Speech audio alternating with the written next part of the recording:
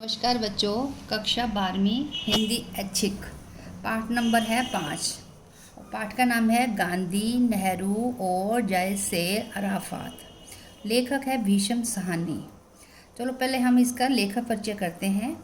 लेखक में भीष्म साहनी का जन्म स्थान 1915 रावलपिंडी पाकिस्तान में हुआ था। शिक्षा उनकी प्रारंभिक शिक्षा घर पर हुई थी। गवर्नमेंट कॉलेज लाहौर से उन्होंने अंग्रेजी साहित्य में एमए और पंजाब विश्वविद्यालय से पीएचडी की उपाधि प्राप्त करी थी। अब देखिए कार्य।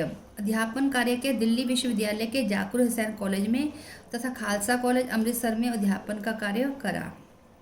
उसके बाद उन्होंने करा अनुवादक। विदेशी भाषा प्रकाशन गृह मास्को में अनुवादक के पद पर कार्यरत रहे। वहाँ रूसी पुस्तकों का अनुवाद किया। अब देखिए संपादन में नई कहानियों का संपादन किया। प्रगतिशील लेखक तथा एफ्रो एशियाई लेखक संघ से संबंध रहे। रचनाएं देखिए उनकी कहानी संग्रह में भाग्य रेखा, पहला पाठ, भटकती राख, पटरियाँ, शोभा यात्रा, निशाचर, पाली डायन।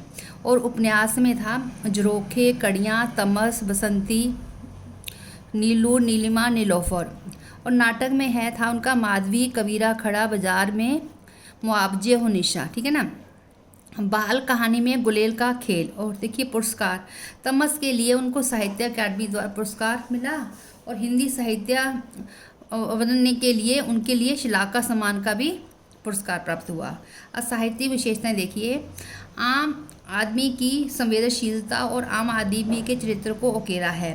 समाज के यथार्थ को चित्रित किया है।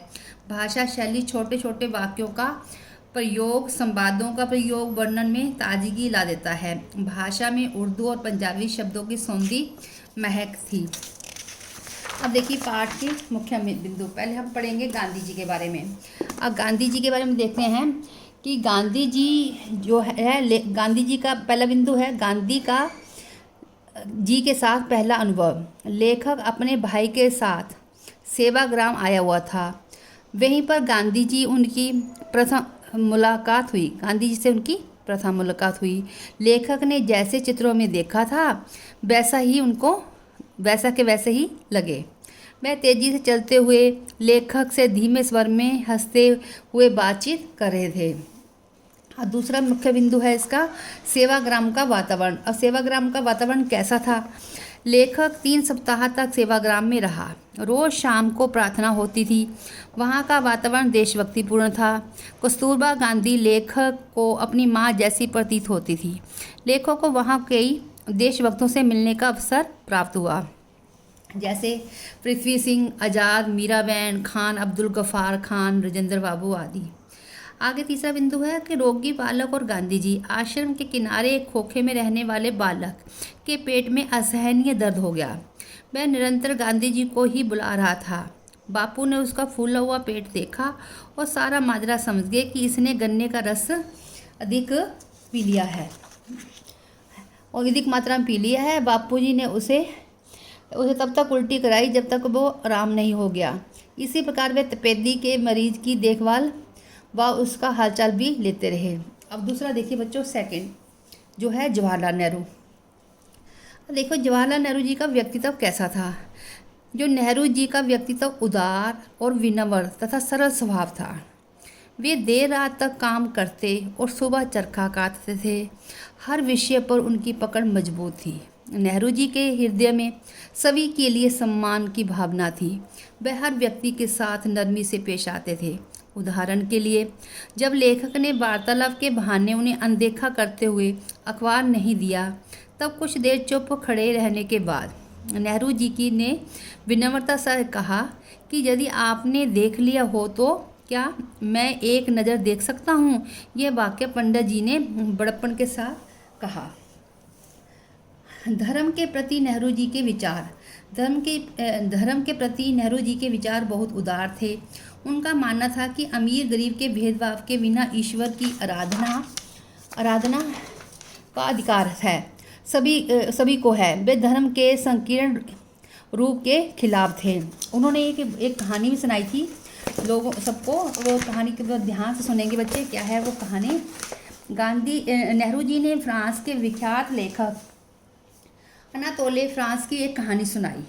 यह कहानी धर्म में आस्था, भक्ति और समर्पण की है। पेरिस शहर में एक गरीब बाजीगर अपनी कला के करतब दिखाकर अपना पेट पालता था। उसने अपनी पूरी जवानी बाजीगर के करतब दिखाने में लगा दी। अब वह वृद्ध हो गया था, उससे अधिक काम नहीं होता था। एक बार क्रिसमस के दिन पेरिस के बड़े गिरजाघर में लोग सज धज कर जा रहे थे। सभी के पास माता मरियम को श्रद्धांजलि देने के लिए उपहार तथा फूलों के गुलदस्ते थे।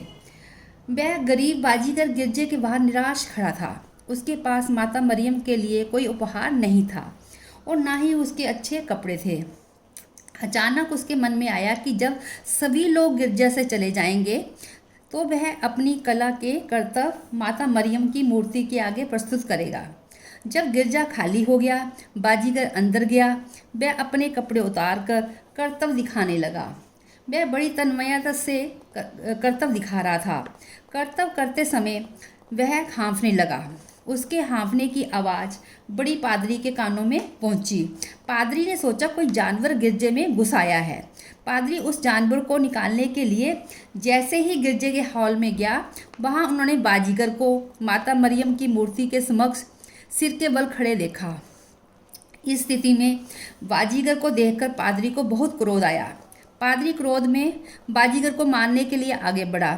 उसी समय माता मरियम की मूर्ति सामने अपने स्थान से हिली और धीरे धीरे आगे बढ़ती हुई बाजीगर के पास पहुंची। माता मरियम बाजीगर के माथे का पसीना पहुंचकर उसे सहलाने लगी। अब देखिए आगे पढ़ते हैं जायसर अराफात। जायसर अराफात का आतिथ्य प्रेम। आमंत्रण मिलने पर लेखक अफ्रो एशियाई लेखक संघ के सम्मेलन में ट्यूनिस गया था। राजधानी पहुंचने पर जायसर अराफात अपने एक साथियों के साथ उनकी आगवानी करने के लिए स्वयं आए। खाने की मेज पर स्वयं फल छील छील कर खिला रहे थे तथा शहद की भी चाय भी बनाई। जब लेखक हाथ धोने गुसलखाने गया तो अराफात स्वयं तौलिया लेकर बाहर खड़े हो गए। ये घटनाएं उनके आतिथ्य प्रेम को दर्शाती हैं। आगे देखिए गांधी जी के बारे में अराफात के विचार। गांधी जी अहिंसक आंदोलन के जन्मदाता थे। इसी कारण अंतर्राष्ट्रीय स्तर पर उनकी प्रसिद्धि थी।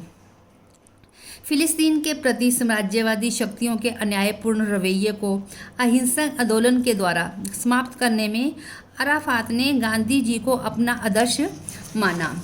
अराफात गांधी जी को भारत का ही नहीं वरन अपना भी नेता मानते हैं। अब देखिए कार्यपत्रक। नंबर 1, लेखक ने गांधी जी से बात किस प्रकार आरंभ की। दूसरा प्रश्न है लेखक सेवाग्राम कब और क्यों गया था। तीसरा है लेखक का गांधी जी के साथ चलने का पहला अनुभव किस प्रकार रहा। चौथा प्रश्न है रोगी बालक के प्रति गांधी जी का व्यवहार किस प्रकार का था। प्रश्न नंबर 5, कश्मीर के लोगों ने नेहरू जी का स्वागत किस प्रकार किया। क्वेश्चन नंबर 6, अराफात के आतिथ्य प्रेम से संबंधित किन्हीं 2 घटनाओं का वर्णन कीजिए। धन्यवाद बच्चों।